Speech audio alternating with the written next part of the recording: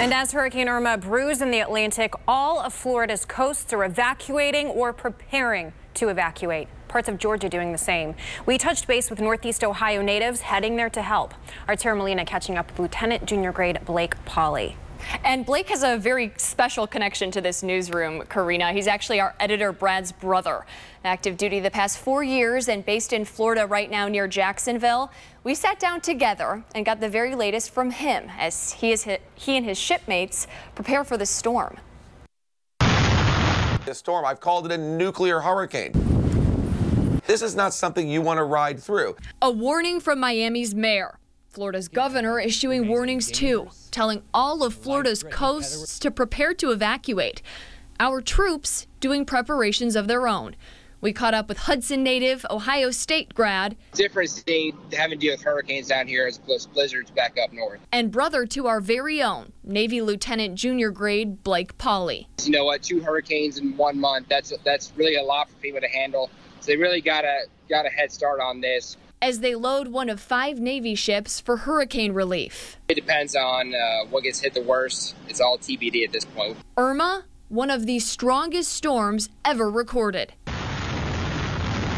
And with all the amphibious craft, the landing craft, the helicopters we have, the boats we have on board, that really provides an asset because we have the avenue to go in there.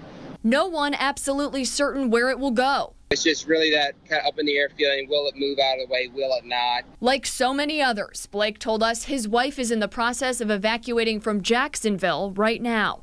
Winds have already reached speeds of more than 180 miles per hour, so Floridians are bracing for the worst, armed with rescue materials and supplies. A lot of people that choose to stay and hunker down because they think they can wait it out, and unfortunately some of them aren't correct. And those are the people that need to be rescued later. Blake assuring us, no matter what hits, they're all in very good hands. You know, we dedicate our lives serving the American people. But, you know, it's when you're overseas, it's hard to see the direct impact of that sometimes. But here, when you do humanitarian missions, it's you know that these are Americans you're helping out. Really cool to touch base with Blake. They're doing so much. They're based in actually Virginia right now, about to head south. But we know that Hurricane Irma is expected to hit Florida late Saturday, early Sunday. Those 5 ships again are going to head out that way shortly, ready to help whatever area ends up needing it most.